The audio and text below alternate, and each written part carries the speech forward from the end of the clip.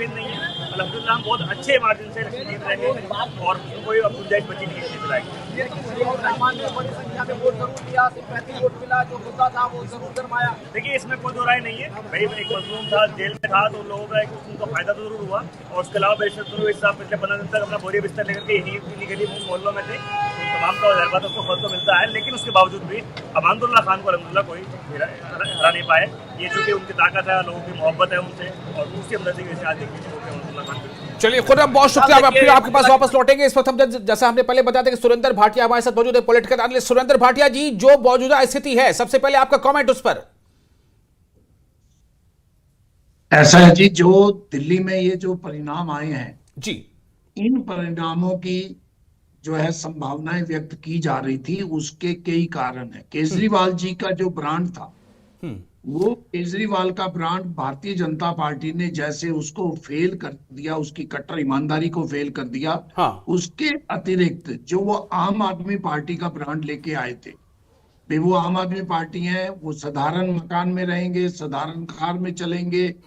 तो केजरीवाल को इस चीज का, उनकी जो छवि जिसके कारण वो 3 चुनाव में जीते और 2 चुनाव में उनको जो 50% से अधिक मत मिले जी, उसका एक कारण, सबसे बड़ा कारण तो ये रहा। हालांकि सीटों में चाहे बहुत ज्यादा अंतर नजर आता है, वोटों में बहुत ज्यादा अंतर नहीं है जी। अगर यहाँ इंडिया गठबंधन इम्पैक्ट रहता, इंडिया गठबंधन एक साथ चुनाव लड़ता तो नतीजे और ज्यादा होते। हो सकता है तब भी भारतीय जनता पार्टी, चलिए वो क्या होता नहीं होता वो तो बात की बात है, क्योंकि वैसे तो हम हरियाणा पे भी बात कर सकते हैं कि हरियाणा में भी अगर गठबंधन के तहत आम आदमी पार्टी कांग्रेस में समझौता हो जाता तो ये हो जाता। अगर हम गोवा, बहुत पूरी लंबी कहानी है, ये एक संदेश तो है, फिलहाल हम उस पर चर्चा बाद में करेंगे। मैं फिलहाल आपसे ये जानना चाहता हूं कि आपने एक बात की कि अरविंद केजरीवाल की जो ब्रांड इमेज को बीजेपी ने चौपट कर दिया, ये कैसे किया? नहीं, उन्होंने खुद चौपट किया जी। उन्होंने जो हाउस बनाया, मोदी जी का हो सकता है प्रधानमंत्री आवास पे करोड़ों रुपए, 1000 करोड़ रुपए लग रहे हो, लेकिन अरविंद केजरीवाल जो ये कहते थे, मोदी जी ने कभी नहीं कहा था मैं साधारण मकान में रहूंगा। वो ही स्वयं अपनी बातों में उलझे।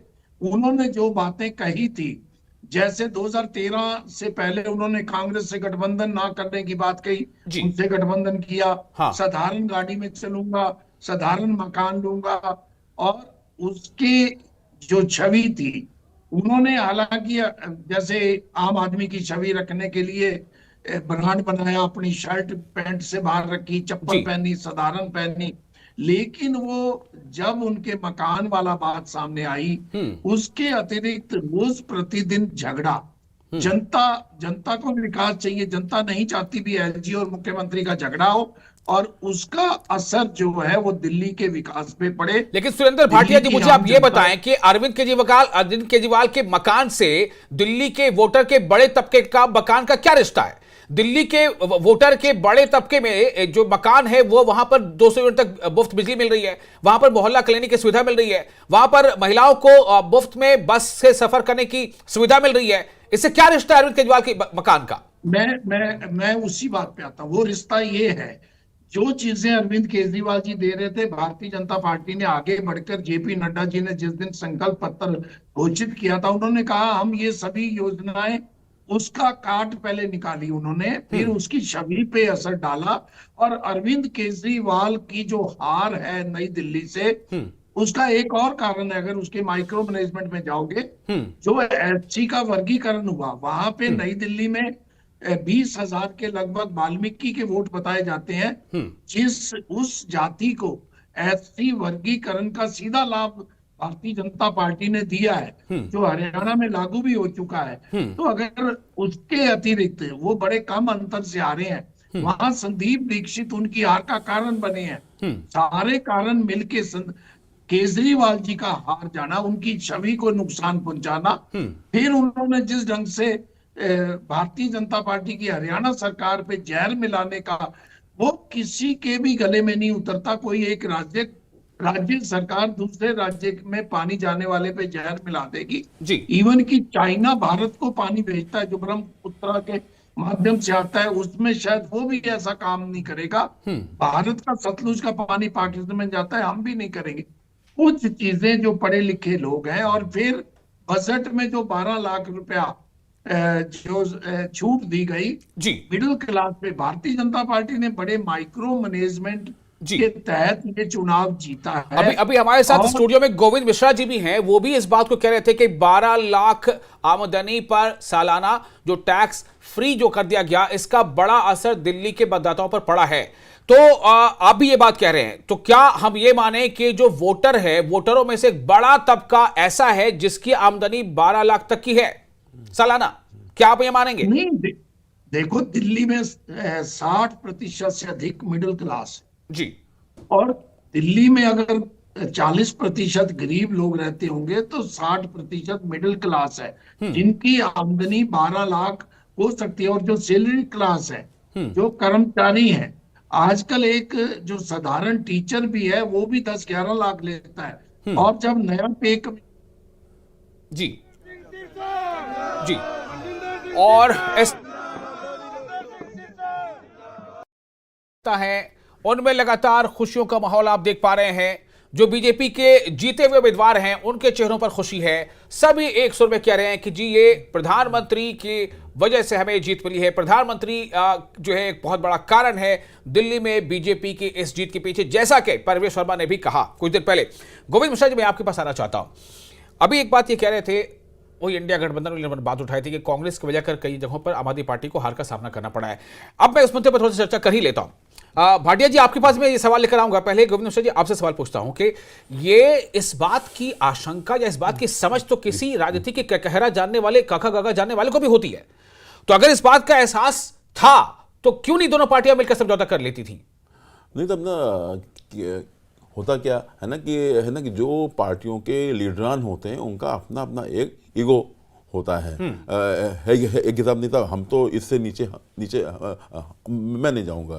दूसरा क्या होता है, जितनी भी पार्टियां होती हैं वो अपना अपना राजनीतिक फायदा और नुकसान वो देखती हैं। तो क्या उनको ये नहीं दिख रहा था कि राजनीतिक नुकसान हो जाएगा हमारा अगर हम अलग अलग चुनाव लड़े? नहीं, अंदर खाने में कांग्रेस जितनी सीटें वो चाहते थे आम आदमी पार्टी से, आम आदमी पार्टी जो है, जहां तक मेरी जानकारी है, 5 से 10 सीटों से ज्यादा देने को पार्टी के लिए तैयार नहीं थी। दूसरी बात ये थी, 5 भी 10 सीटें भी कांग्रेस जहां जहां चाहती थी वहां पर भी जो है अरविंद केजरीवाल जी देने के लिए उसके एग्री नहीं थे। अच्छा, तो राहुल एक तो संख्या उनकी पसंद कर नहीं देना चाहते थे और सीटें उनकी पसंद की नहीं देना चाहते थे। ठीक है भाटिया जी, मैं आपके पास भी आता हूं इसी सवाल को लेकर कि जो पॉलिटिक्स का एबीसीडी भी जानता है, ए भी जानता है, तो उसको पता होता कि अगर अरविंद केजरीवाल और कांग्रेस अलग अलग चुनाव लड़ेंगे तो नुकसान होगा, राजनीतिक नुकसान होगा।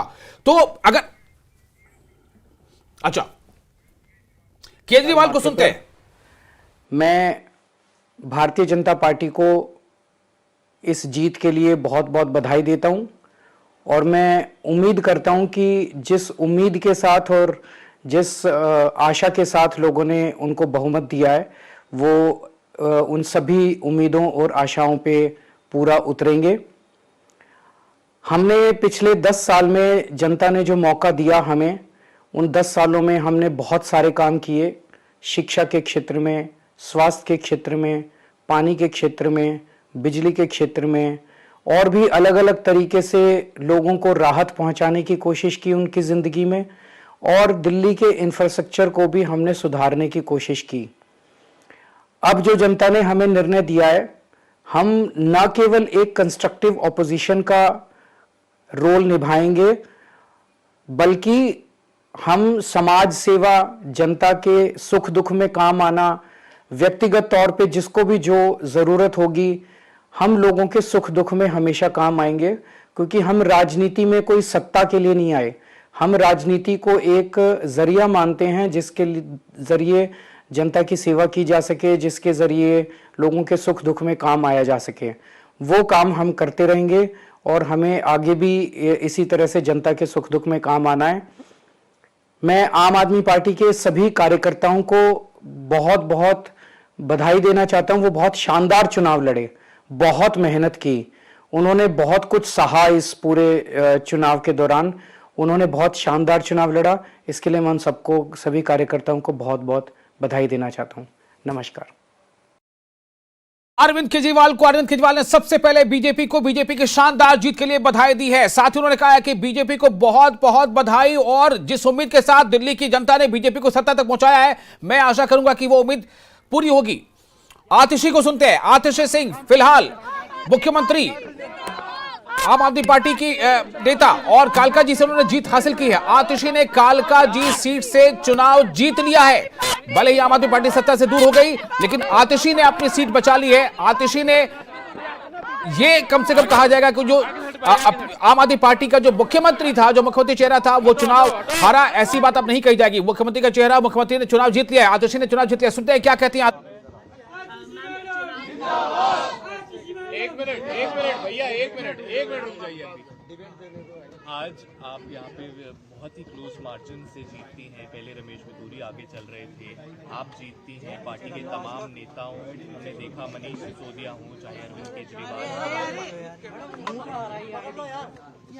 केजरीवाल हो, चाहे तमाम सौरभ भारद्वाज हो, जो बड़े चेहरे आम आदमी के थे, जिनकी उम्मीद थी, तमाम चीजें थी, वो लोग हार जाते हैं। किस तरह से इस सबको देखते हैं? सबसे पहले तो मैं कालकाजी विधानसभा की जनता का धन्यवाद करना चाहती हूँ, जो उन्होंने मुझ पर भरोसा दिखाया। मैं अपनी पूरी टीम का धन्यवाद करना चाहती हूँ, जिन्होंने बाहुबल, गुंडागर्दी, मार पिटाई का सामना भी करते हुए ज़मीनी स्तर पे मेहनत करी और जनता तक पहुँचे। बाकी दिल्ली की जनता का जनादेश है, हमें जनादेश स्वीकार है। ये मैं अपनी सीट जीती हूँ, लेकिन ये जीत का समय नहीं है, ये जंग का समय ही है। जंग जारी रहेगी भारतीय जनता पार्टी के खिलाफ, उनकी तानाशाही और उनकी गुंडागर्दी के खिलाफ। आम आदमी पार्टी हमेशा गलत के खिलाफ लड़ती आई है और हमेशा गलत के खिलाफ लड़ती रहेगी। ये ज़रूर एक सेटबैक है, लेकिन आम आदमी पार्टी का संघर्ष दिल्ली के लोगों के लिए, देश के लोगों के लिए कभी खत्म नहीं होगा। मैम प्लीज अगेन, नहीं प्लीज।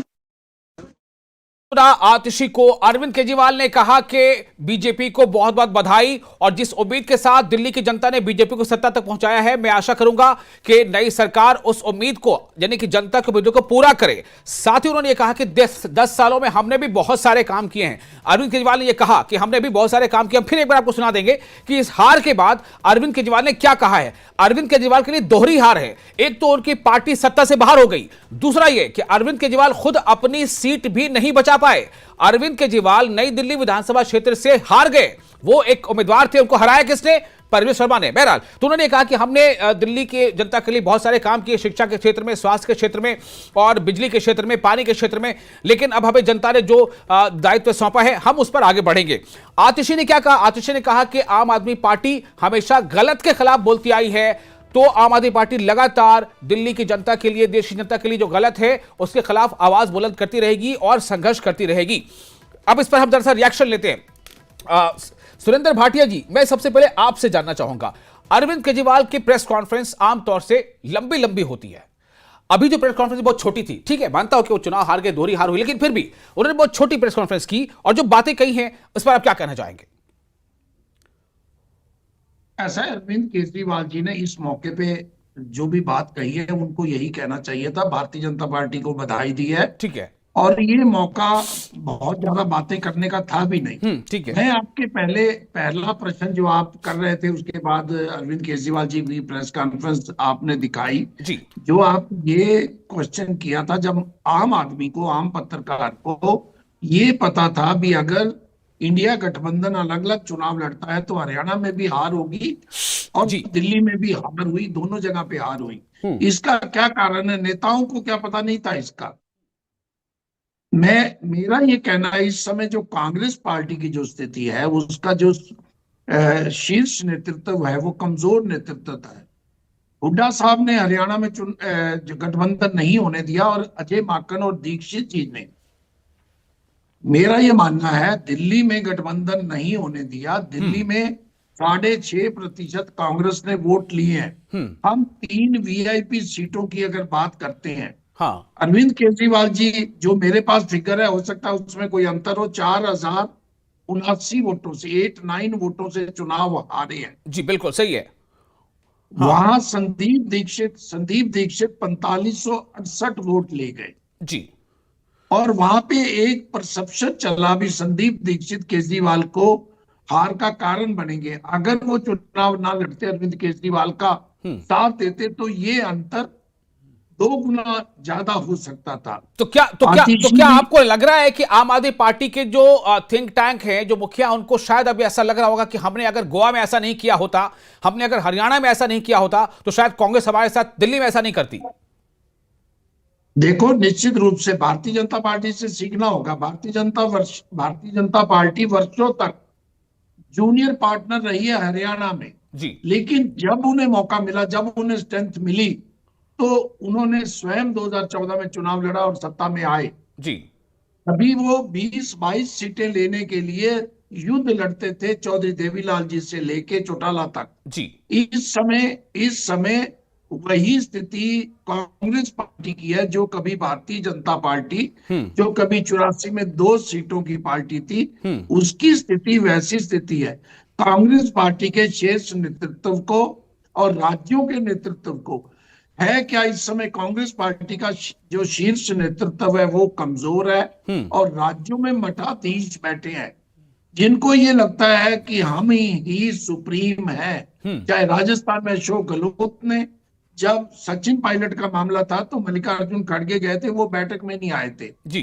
चाहे कमलनाथ जी हो मध्य प्रदेश में, चाहे हरियाणा में हुड्डा साहब, और संदीप दीक्षित, अजय माकन और जो बड़े नेता थे, दिल्ली में गठबंधन नहीं होने दिया। कांग्रेस पार्टी को इस पूरी रणनीति को दोबारा करना होगा अगर भारतीय जनता पार्टी की मुकाबला करना है। ठीक है, जब मौका मैं इसी पे जरा रिएक्शन लेता हूं गोविंद मिश्रा जी से। गोविंद मिश्रा जी, क्या कांग्रेस इस बात से संतुष्ट होगी कि हमने कहीं ना कहीं आम आदमी पार्टी से, मतलब उनको ये एहसास दिला दिया है कि आपने गलती की थी माजी में, आपने पूर्व में गलतियां की थी, तो उसका आप खमियाजा भुगतिए? नहीं, हमारा जो मेरा मानना ये है कि कांग्रेस के सामने भी दिल्ली के अंदर सर्वाइवल का क्वेश्चन था कि आखिरकार कांग्रेस पार्टी ने एक टाइम में 15 साल तक दिल्ली की सत्ता में रन की है, तो आखिरकार अगर वो आम आदमी पार्टी से अलग होकर के चुनाव नहीं अगर लड़ेंगे तो उनका भी जो कुछ उनका थोड़ा बहुत वोट बैंक बचा है वो भी आम आदमी पार्टी ले जाएगी। बिल्कुल। आखिरकार आम आदमी पार्टी के पास में आज जो वोट बैंक है वो कांग्रेस का ही है, बिल्कुल वोट बैंक है। तो आखिरकार कांग्रेस के नेतृत्व को कहीं ना कहीं बैठ करके ये सोचना ही होगा, और ये जो उन्होंने सोचा कि आखिरकार हमको आम आदमी पार्टी से अलग होकर के अपना वोट बैंक लेना है, तो हो सकता है कि उनकी जो सोच ये हो कि नहीं साहब, अगर हम इस बार चुनाव हार भी जाते हैं तो कोई बात नहीं है, लेकिन हम अगले चुनाव में कम से कम मेन अपोजिशन पार्टी बन करके हम सामने आए, जो हम अपनी राजनीतिक जमीन दिल्ली में आम आदमी पार्टी के हाथों हम खो चुके हैं उसको हम पाएं, फिर से पाएं। इसीलिए आप देखिए जितनी भी सीटें हैं मुस्लिम बहुल सीटें हैं अरविंद केजरीवाल वहां पर भी एक भी बार नहीं गए, लेकिन राहुल गांधी ने और प्रियंका गांधी ने अपनी ताकत और यहां तक कि अपना जो उनका चुनावी अभियान था वो मुस्लिम सीटों से ही स्टार्ट किया और इसके साथ साथ जितनी भी दिल्ली के अंदर 12 जो आरक्षित सीटें हैं तो कांग्रेस पार्टी ने पूरा फोकस मुस्लिम सीटों पर और पूरा फोकस इसमें लेकिन आप देखिए ना, ओखला में क्या, ओखला में लगातार अमानतुल्लाह खान जो वो ट्रेंड कर रहे हैं, वो आगे बढ़ रहे हैं, वो लीड कर रहे हैं, कांग्रेस से पीछे है। हाँ, तो उसकी नहीं, सवाल खाली 1 या 2 सीट का आज की डेट में उनके सामने नहीं है। जो बात मैंने कही कि उनके सामने आज की डेट में सवाल ये है कि अब आप बताइए ना कि जो पार्टी 15 साल सत्ता में रही हो उसको अरविंद केजरीवाल 5 से 10 सीटें खाली दे रहे थे और वो भी उसकी इच्छा की सीटें नहीं थी, तो आखिरकार एक सवाल यहां से ये पैदा हो रहा है सुरेंद्र भाटिया जी, मैं आपसे इस पर एक टेक लेना चाहूंगा। मैंने पहले आपको बता दूं अपने दर्शकों को कि इस वक्त की जो बड़ी खबर है वो यही है कि दिल्ली में आम आदमी पार्टी सत्ता से बाहर हो गई है। इस बात को खुद अरविंद केजरीवाल ने कैमरे पर आकर के कबूल कर लिया है, उन्होंने बीजेपी को बधाई दे दी है। बल्कि मैं चाहूंगा, अपने पीसीआर से कहूंगा कि एक बार अरविंद केजरीवाल की उस बाइट को, उस स्टेटमेंट को हम दोबारा दिखा सकें। अरविंद केजरीवाल जो आम आदमी पार्टी के राष्ट्रीय संयोजक हैं, जो दिल्ली के लंबे समय तक मुख्यमंत्री रहे, उन्होंने बाकायदा मीडिया के सामने आके अपनी हार स्वीकार कर ली और बीजेपी को इसके लिए बधाई दिया।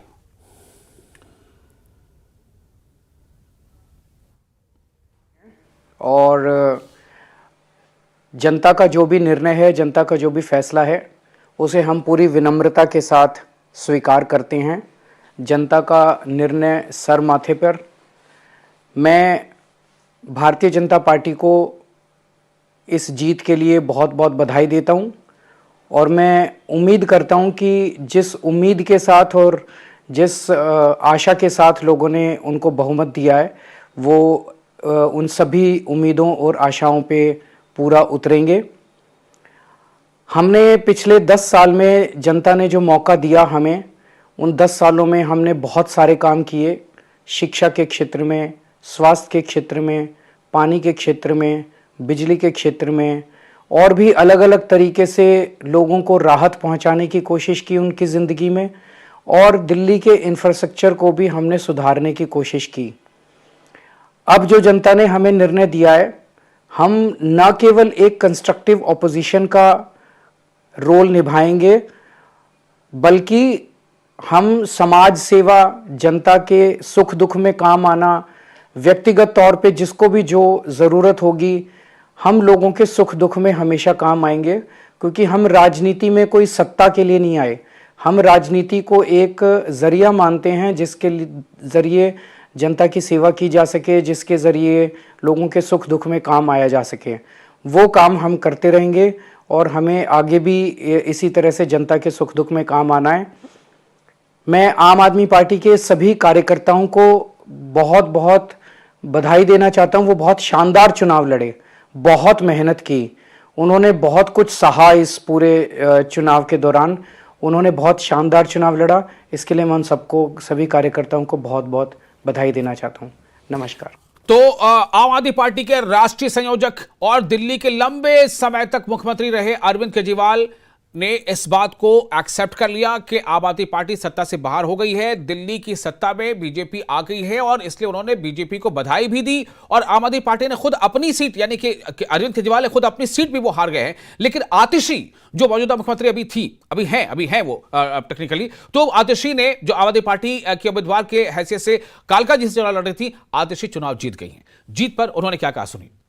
सबसे पहले तो मैं कालका जी विधानसभा की जनता का धन्यवाद करना चाहती हूँ, जो उन्होंने मुझ पर भरोसा दिखाया। मैं अपनी पूरी टीम का धन्यवाद करना चाहती हूँ, जिन्होंने बाहुबल, गुंडागर्दी, मार पिटाई का सामना भी करते हुए ज़मीनी स्तर पे मेहनत करी और जनता तक पहुँचे।